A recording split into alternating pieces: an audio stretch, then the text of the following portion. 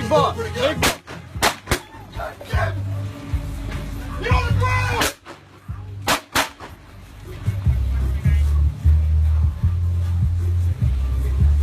Careful, man. 16-19, shots fired, shots fired. Fuck!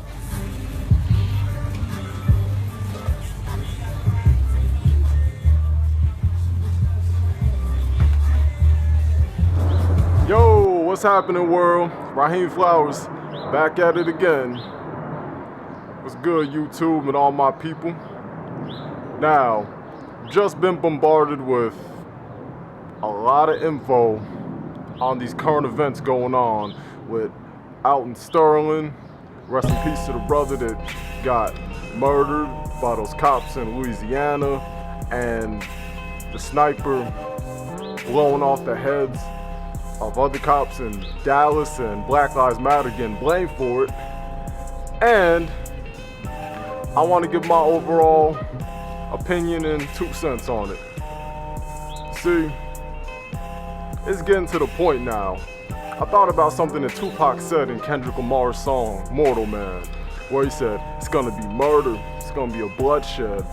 And I think that we're reaching that point. It's a transitional phase for America. The fact that Obama's ass is getting out of office and Clinton or Trump is gonna be president. The fact that all these obscenities, these obscene actions going on in regards to cops and in regards to Negroes, things that we as black people gotta deal with. But here's the thing. Black folks have to understand, begging, marching, and all this rugged emotionalism going on isn't going to help any cause. Black Lives Matter,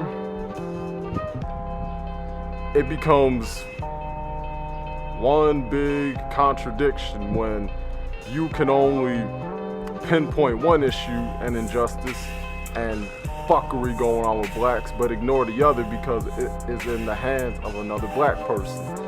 I mean, when you can have grandmas and little boys and little girls getting killed here in Chicago, and Obama, the Nation of Islam / Fruit of Islam, doesn't do shit about it, nobody wants to take it seriously. I mean, I saw that video with Alton Sterling, and man, my heart goes out to his little children and the rest of his family.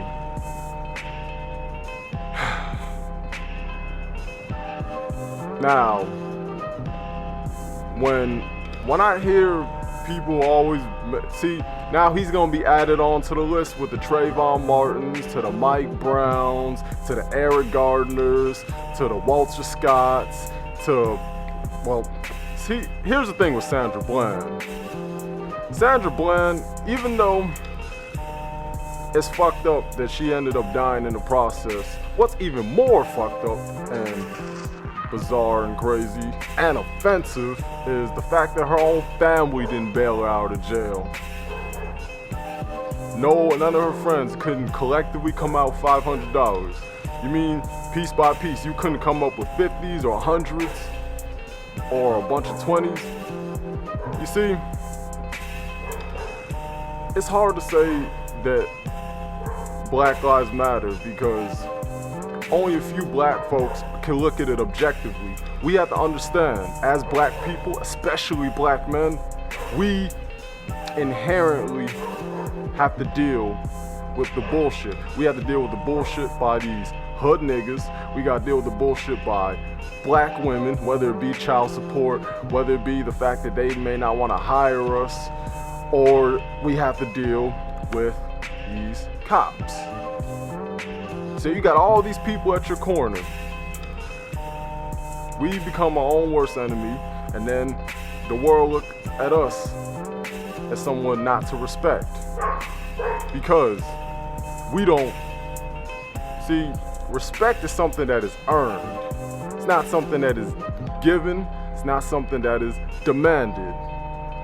But Negroes have been too busy listening to these hotep niggas, dashiki wearing motherfuckers, these pseudo neo-pro blacks, and Black Lives Matter, that our priorities are backwards. See, it's gonna get to the point where black people have to be on some revolt shit. We have to let it be known that we want justice. Even though I believe in equality, I know it doesn't exist. So what you have to do in your circumstances, you have to create the greatest quality of your circumstance. And don't worry about what is going on in other people's programs. Alton Sterling shouldn't have been shot in front of his kids. But that person on that live Facebook shouldn't have been shot, and he was around his mom or his girlfriend or some shit. But you can't ignore one side of the spectrum and then put so much emphasis on the other and then expect people to respect that viewpoint. Our visions, our way of thinking is just based on too much emotionalism and too much feel good. Man, as I said, we have to identify the problem within our so-called community and outside of it. Meaning, you're going to have to confront these cops. You're going to have to make sure, just like with Alton Sterling, that these are recorded. It's a damn shame that he got killed and murdered in front of his own children. And that excessive force was completely unnecessary. And I salute that black woman who actually had enough temerity to come out and post a video. That black woman who was a police officer. And this is how I look at things, even in the so-called black community. We need to call out the fuck shit. If we do not want to identify with it, we have to call it out and we have to separate or segregate from it. Charlemagne the God was right, and he's been saying this shit for years. Segregation was a great concept that was poorly executed. It shouldn't have been based on race, it should have been based on behavior. It's like I said, you should always make sure that you are disconnected, discommunicate yourself from people who only seek out destruction, only seek out negative attention or just too much attention, and they don't try to make viable solutions because they're too caught up in ego. They're just too caught up in self-indulgence rather than doing something as a collective. Enough of this rugged individualism. We can't just keep saying, well, I don't do stuff like that, so that must mean that people and police officers and other people outside of me shouldn't look at me like that. Guess what? People look at you as a collective. If you are drafted on a team, and let's say this is a team of 20, if 15 of those players suck and 5 of them are good, guess what people are gonna say? They're gonna say that that team sucks. You may say there's a few good ones, but the rest are meh. And that's how we gotta look at it when it comes to dealing with us as black people. Alton Sterling, we just need, when it comes to those type of issues and situations, we need to record it more often, just like this. So there's empirical evidence. These cops, they can't try to twist the message when it's out there and it's publicized. And whenever we see gang activity and you seeing grandmas and babies getting killed, you need to call it out. Tayshawn Lee shouldn't have died because of his father's past and his actions. But this is the path that we chose. We perpetuated what blaxploitation has popularized. And now, the fact that these baby boomers / Generation X have dropped the ball completely, now it's up to Generation Y and Z the 90s babies, the 2000 babies to pick it up. But we're not gonna pick it up by begging, marching, saying, hands up, don't shoot. Because now you're just looking like a sorry individual. Frederick Douglass, I believe, said this. He said, it is constituted in human nature not to respect individuals or a group until they obtain a certain level of stature and power and, some form of merit, some form of success and accomplishment.